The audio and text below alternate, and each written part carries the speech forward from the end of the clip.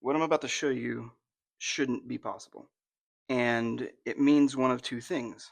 It means either we live in a simulation or geology didn't exactly occur as we have been taught. What exactly do I mean by that? Well, I'll share a simple fact. What if I told you that here's a stone triangle? It's just a rock, right? This is something that was found in a river. It's supposed to be a completely natural occurring item. And all over the world, you can find triangular stones. It's simple, right? You've all seen them. What if I told you that all of them were one of two degrees? They were either 40 degrees or 60 degrees. You would say that. I would say that's impossible. I would say that's impossible. So imagine my surprise when that's what seemed to unfold. So it's reasonable for me to think that if there's only those two dimensions, then I mean, what simulation? If the world is natural and that's supposed to be all true, then it's a simulation. And now listen, I'm talking about across materials. I'm saying sandstone or granite or whatever. If you find a triangle in nature, it will be one of those 2 degrees. It's an impossible thing, unless there was a culture who might have had an art style that somehow had triangles involved. And this art style, over time deteriorated and maybe you can't see it. Maybe it's there, but you can't really tell. Who knows? I mean, it's kind of the only explanation besides simulation, because if everything's like pretty much the same measurement or the same geometry, well, that feels like lazy programming, right? But in reality, it's very likely an art style associated with an ancient culture, which does imply that there's a problem with our geology. Doesn't mean that geologists are necessarily wrong in the things they do. I mean, look at the amazing feats that they accomplish all the time. But it could mean that theories are incorrect. And some of these theories are based around situations that nobody can prove. Like, apparently, I thought this was settled science, but continental drifting is still a theory. There's no proof. That was a surprise to me, and so for me, when I looked deeper at some of these geologic situations, I realized, hey, the explanation for this is the ancient culture. And so this video is in a series that I'm doing, teaching everyone how to identify the artifacts of this ancient culture. And in today's video, I will be demonstrating the impossible. I will be showing you that all these triangles are one of 2 degrees. And it actually is slightly more complex, but not really.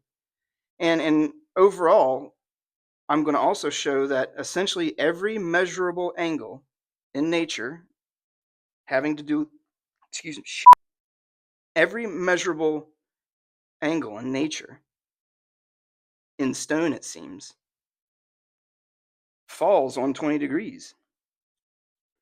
Now, before I jump right in and start measuring stuff, it's reasonable to conclude that all you guys haven't done geometry every day for the past 20 years like I did.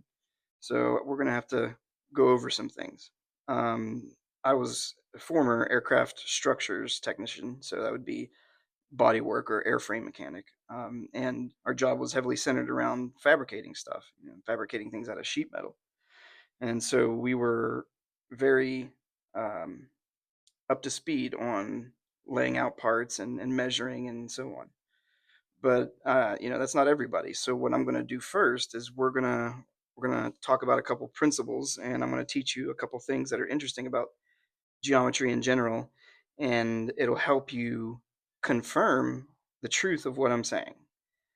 Because there's a lot going on here, and how do you deal with it? How do you measure it?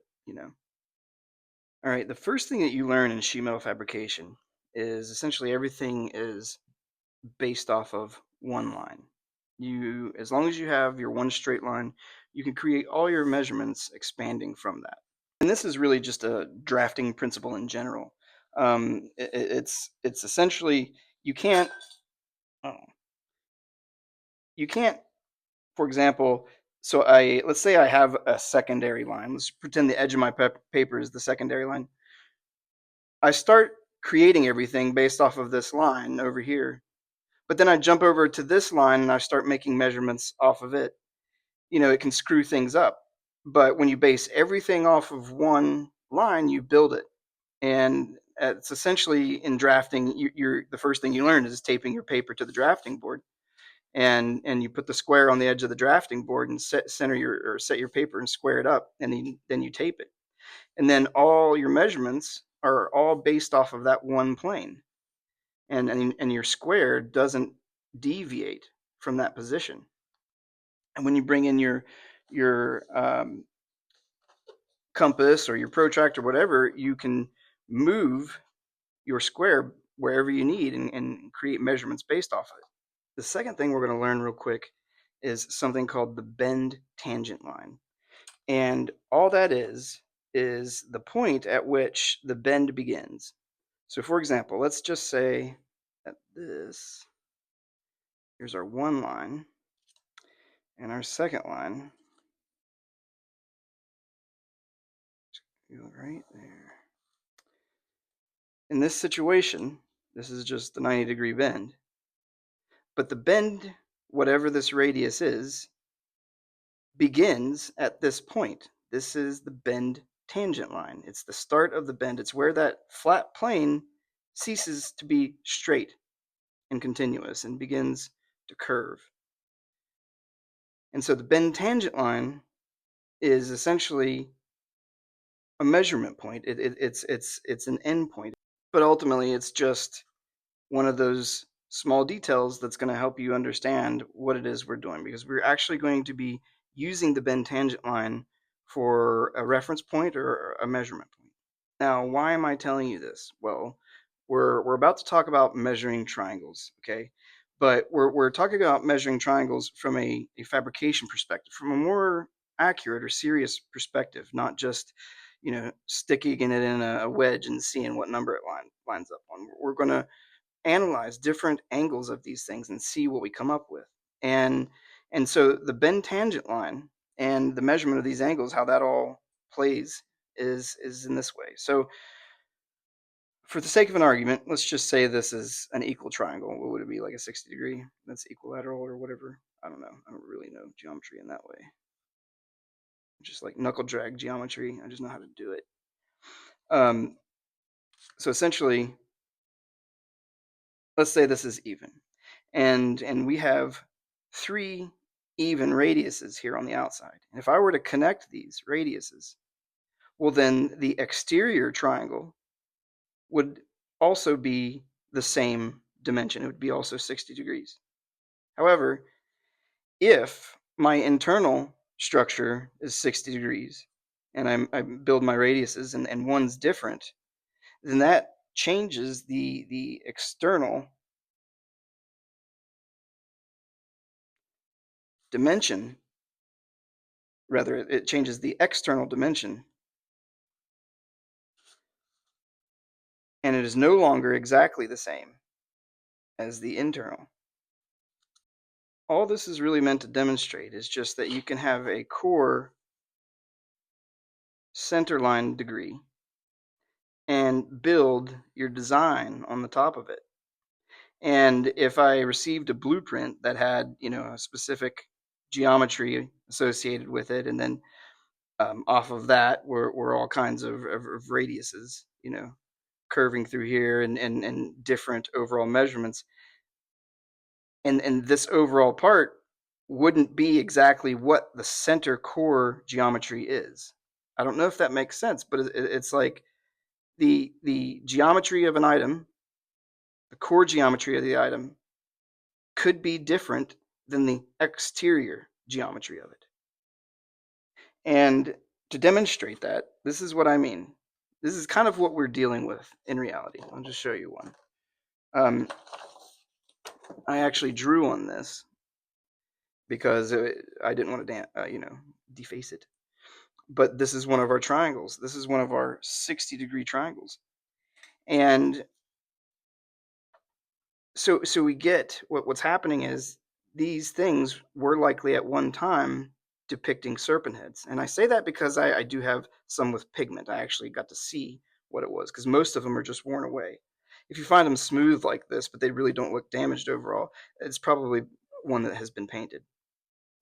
But what I'm trying to demonstrate here is while this is a triangle, it's still not perfect. There's still other stuff going on. So our center line, for example, on its mouth, running down through here is different than what this does. So if I measure from this point to this point, it's going to be a different geometry than that center line that runs straight through to the bend tangent points. And in this situation, this is a good example. We have one specific geometry for the core, the center line of the overall part or thing that we're making or measuring. And then we have other geometries that are based off of it. But we're able to measure from our bend tangent points, or we're able to measure from our edges. And what I mean by that is, for this example, this. If I were to measure from these 2 points on this item, I'm going to get a 59-degree angle. Okay? That's really bad. Okay. So I get a 59-degree angle. However, a lot of these things will have these, it'll be like this. Like this is actually a really good demonstration of the kind of crap you deal with.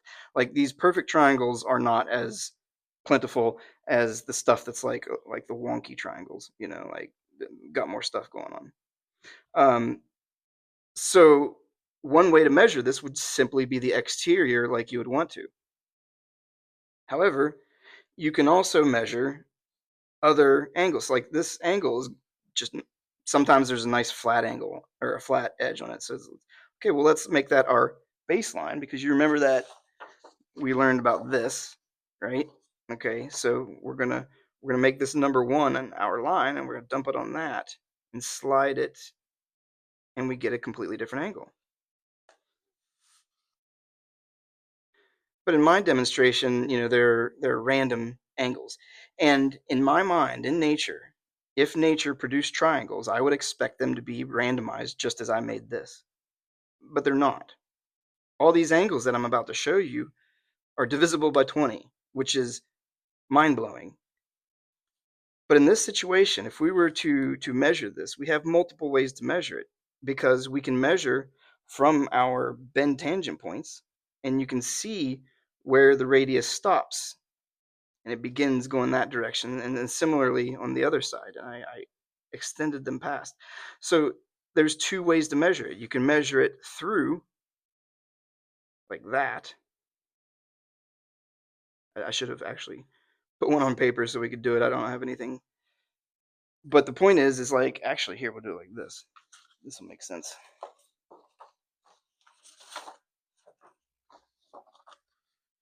Okay, this is exactly how it, like this. Okay, let me phrase it. This is what should be happening. I have 20 degrees, 20, 40, 60, 80, so on, right? All the 20s. And I'm going to measure my center line. Let's just pretend that extends past. And as I get down here, like, see, that just doesn't really work, right? So that's not a 20, and I keep going, and that's like even worse. So none of these seem to work, right? That's random. What we're going to see is all these measurements, how you do this. Like if I were to stick it on this edge here, let's see if I can find something. Well, that one's kind of, look, we got that right there. I could call that. That's probably whatever that is. What is it, 80? 20, 40, 60, 80, yeah. So see, like, okay, you could call that. That's an 80-degree based off of this line here. That's your baseline. And that mark is exactly 80 degrees. Okay, but it doesn't always work, so because I just threw this together. The center should, just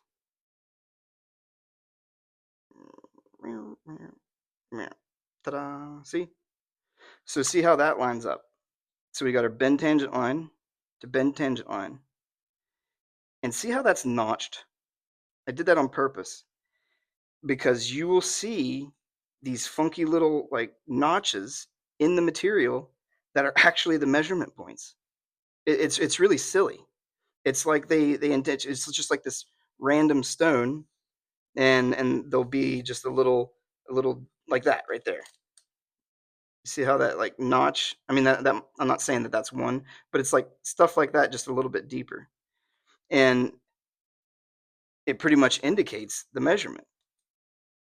So now we know we have a couple ways to measure this. We can measure it from its core, its center line, its center geometry, or we can measure simply the exterior edges. So when I say, everything is 20 or 60, I mean, yeah, pretty much the majority of it is a combination of 20, 60, excuse me, 40, 60, or 80. Mostly, it's just some combination of those three. But ultimately, what I want you to take away from this is you get to decide whatever that center line is, or that baseline. Remember, we talked about just this bottom line. Decide whichever one that line is, and that can be this one, that can be this one, can be any, but stick with it, and then begin to measure based off of that. Okay, that's what we're going to be doing. So we're going to choose one line, and then we're going to measure. I don't know if anyone needs help with this, but it's pretty much draw a line, put a mark, put hashes on 20, 40, 60, 80, and so forth, and then just connect the lines and draw it. I mean, that's all you got to do to make these things. I highly suggest you make one of these papers that you can fold up and stick in your pocket. However, don't do this small fan. Take it to one angle and shoot all of your lines off of one angle rather, and do the same on this side so it's larger so you can get bigger items in there. But just as a quick demonstration.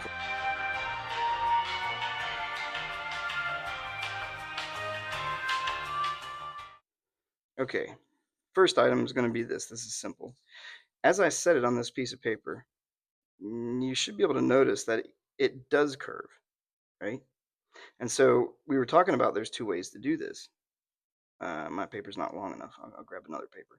But you could, make it bend tangent lines, because you remember the bend starts there, right?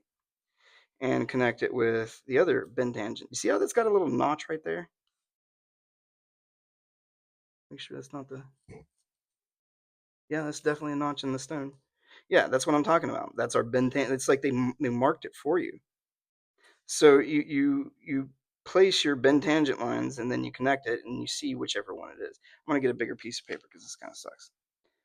Okay, now with this example, I've got my bend tangent lines, and in reality, we can choose either the bottom or the top, whichever is our baseline. And so what I'm doing is I'm finding my straight line. I'm getting everything all centered. Like this one's a little bit different because you can see how my bend tangent line kind of smooths out right there. But over here, I got my notch. And what I'm doing is once I find my center line and get one side centered, whether it's this bottom side or the top side, I'll look and you can see which edge essentially lines up. And then what happens is this curves up, right? So let's do an experiment. Let's cock that down and let's just do this edge.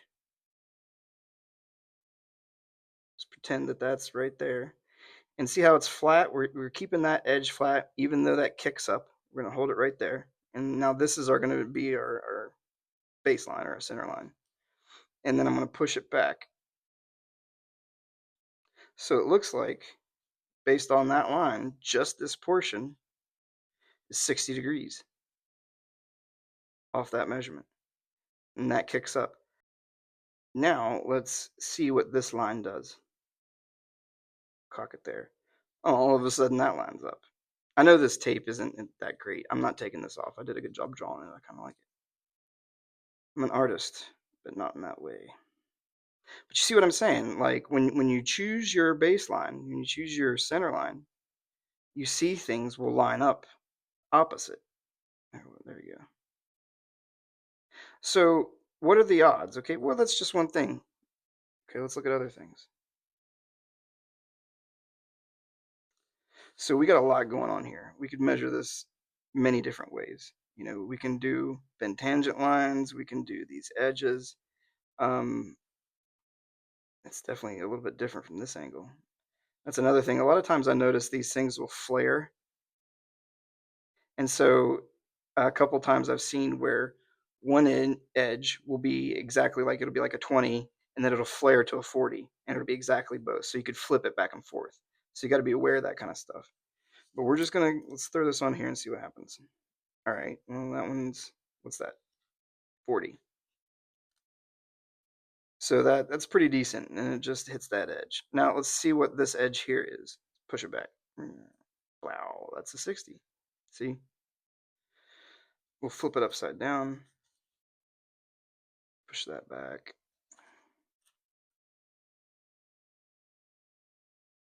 Okay, well that's an 80. Push that here. It's a 60.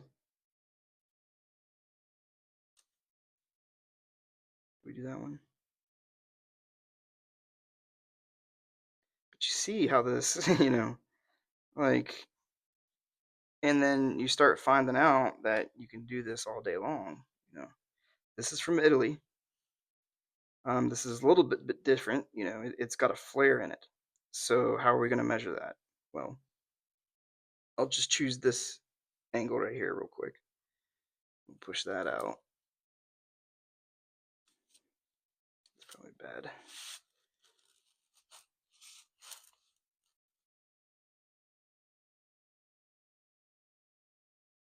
If I were to cut that out, and you see that notch right there, that's what I'm talking about. This is hilarious. No, I gotta push that. You gotta see this. This is dumb. All right. Like, I thought I was going nuts when I first noticed this, but so there'll just be like a little notch feature, and that's on 20 degrees. And if I were to push that up to here, what does that get me? It gets me 40. However, I realized something with a couple of these, and essentially what that is that all of them are going to be on the 20s except the, I guess it's equilateral 40-degree triangle. So when the 40 degree is perfectly even on both sides, it ends up being a 70 degree.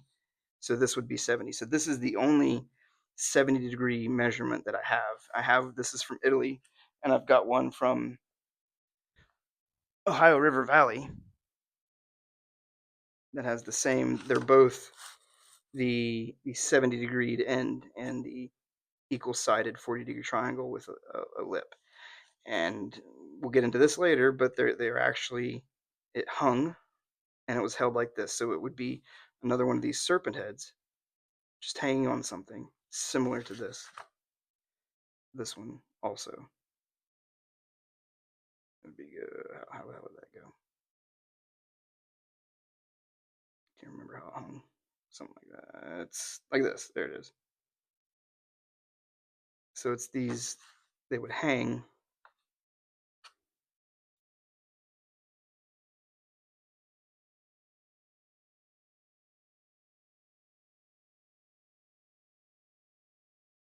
Anyways, the only non-20 measurement that I have ever seen has been this situation. Everything else has been strictly 20 degrees, nothing outside of that. Here we got another one here. This one, again, see how you might be able to see. Yeah, see how that twists? When you measure these things, just decide what edge you're going to measure from. Choose one or the other and stick with it. Because see, if I twist that changes my dimensions. But it seems to work either way. You just have to decide which one. So if I twist it to that one, I still got my 40. That works out good. And this edge, let's roll that back. Got my 60. Flip it. See what we got here.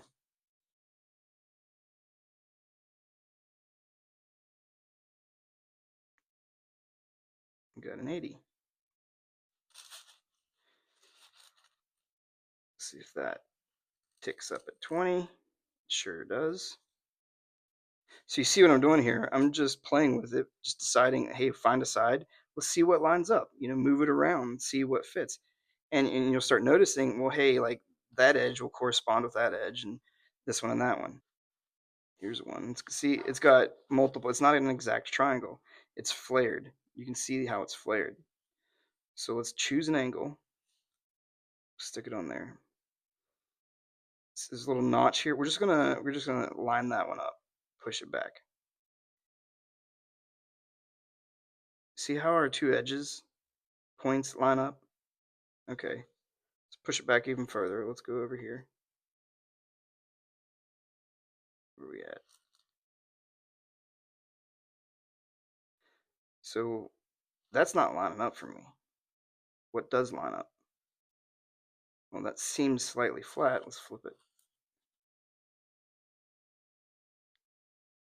See that?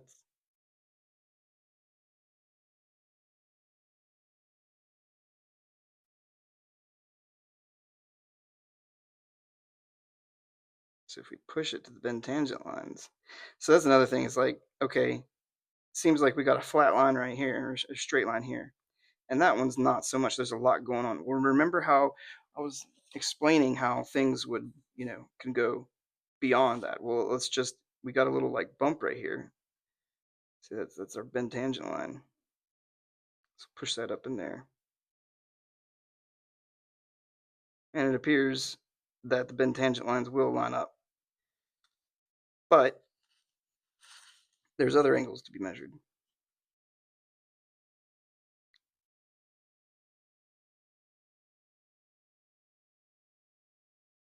Okay, let's do something that's not a triangle. Okay, this is one that I actually have a terraformed area example. This is the example of this is in Australia. This was pulled from Arizona, in front of Picacho Peak. However, the example I have of the terraform is in Australia. And if you look, you can faintly see the designs in there. And we're going to measure it.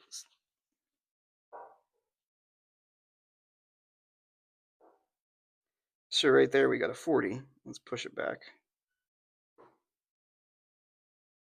Align those. And right there, we got a 60. Let's see if we got 20.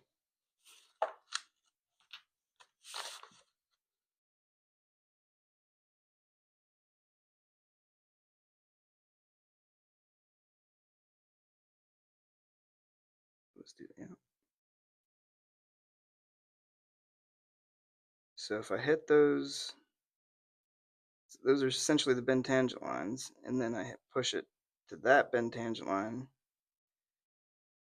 Do you see what I'm saying? Like bend tangent line to bend tangent line, it then becomes a thing.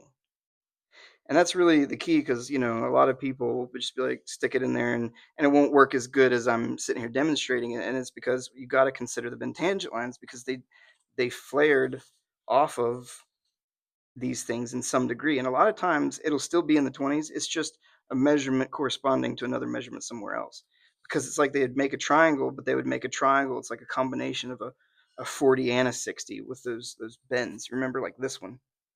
It's like there's two bends right here. It's either if I go here, right? And if I go here, see what I mean?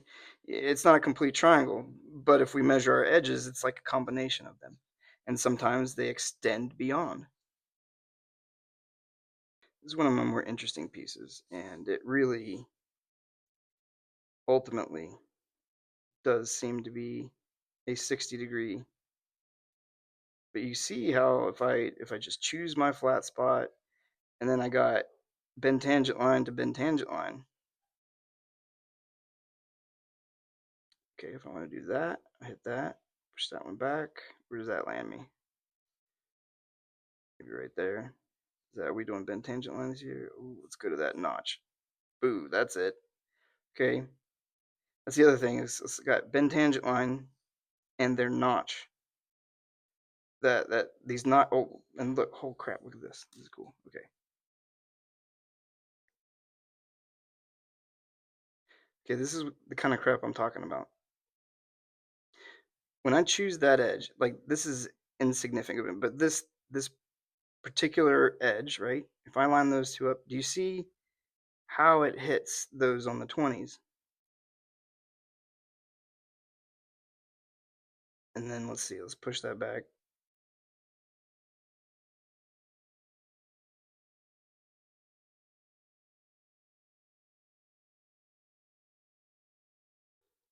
The other issue with these things is like, what shape is this?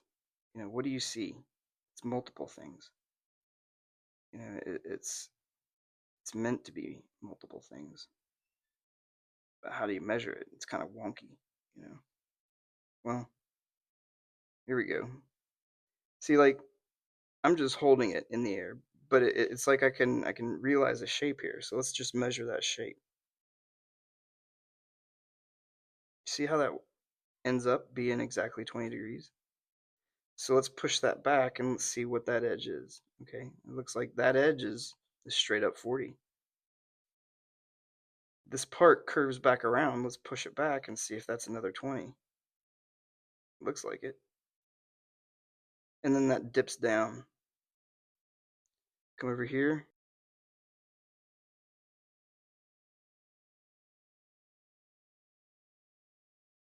It's kind of hard to hold it.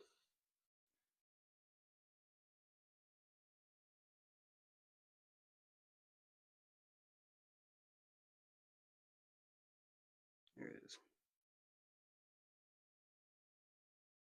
And then we got things like this.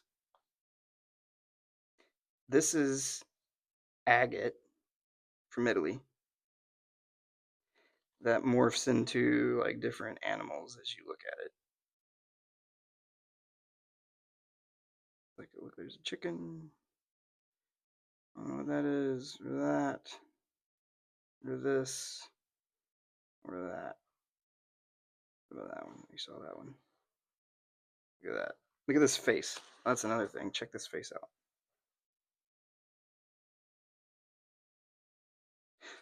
So, anyways, one of the things I noticed was anybody remember like Rat Fink had his tongue hanging out while he was sitting on the hot rod? Well, that's what I think of when I see this. And for me, when I touch this, this feels more like one of those injection molded, you know, figurines that nerds paint. No offense, nerds. But it's like, it feels more like that, more like something I bought at a hobby store than some natural stone.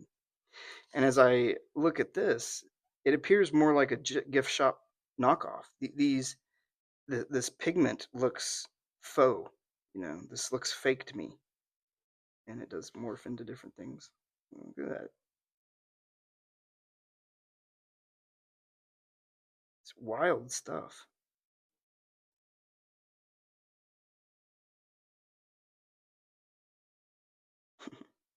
Anyways, so both of these guys are 60s.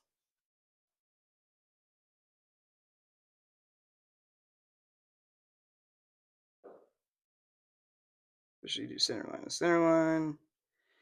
You just do general. Let's see. Let's do it on the nugget. Let's just little freaking see if that does anything for me. Oh, that's perfect too. Let's see. Yeah, this little dingleberry nugget seems to line up. And so you see how that flat edge and that flat edge, and you got all this crap going on, but it still lands on that dimension. When I take these 2 points, that push it up, and that is literally just 40 degrees. And no matter how I cut it, I get rid of our little nugget. Let's say you wiped it off, push it back.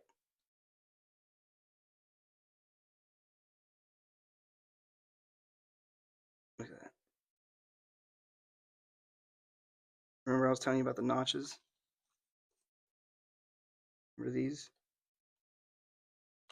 That's what I'm talking about. It's right there. This is some special morphing agate That's not really natural. There's no way that this is natural at all because it was designed to do this, designed to look like different animals and also give you like, creepy reptile guy faces or look like a chicken. But that's ultimately how we're measuring this stuff. We're just choosing our edges. And it's like, look, there's all this crap going on. Whatever edge we choose, even if we hit those tips, let's see what happens. Those tips, keep pushing it, and oh, look at that. Right through look at the bend tangent line of the chicken's nose rather, right with his tip. So no matter how you hack it, each one of these, let's just see what happens here. I'll measure that one.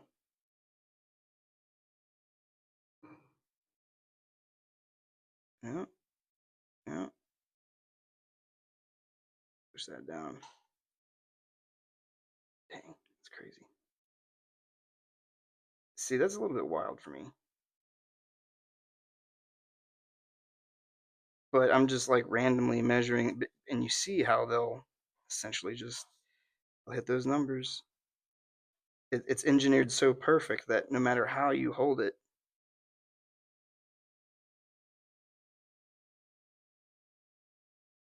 push that. You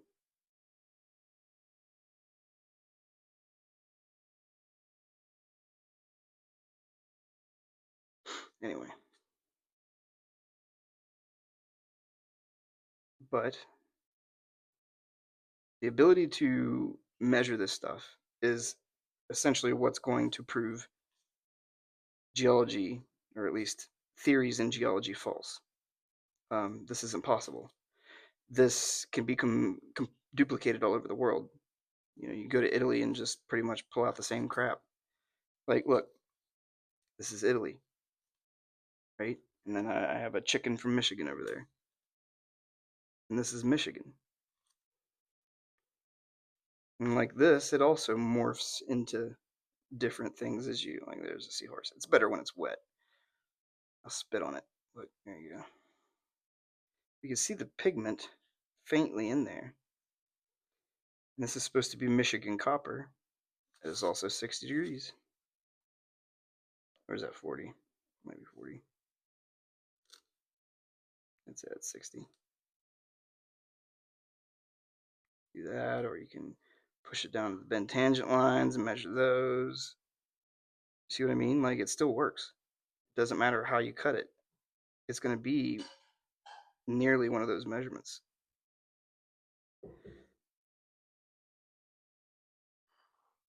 But this is Italy. This is Michigan. And they both got this chicken vibe going on. And they both morph into different things. He does better when he's wet. Look, Triceratops. It's my favorite. I think it's dope. What the hell that is? Oh, chicken. But do you see how it's just like, it's like the AI that's constantly morphing into different things, and it's never completely one image, but it feels like something. That's precisely what this is. In fact, it makes me wonder if it's not the same source. But that pretty much sums it up for the basics of measurement. In the next video, we're going to start talking about the imagery and really actually start to understand this stuff on an intimate level, because there's so much more to be seen. There's so much more to discover, and I'm here for it. Let's measure this real quick.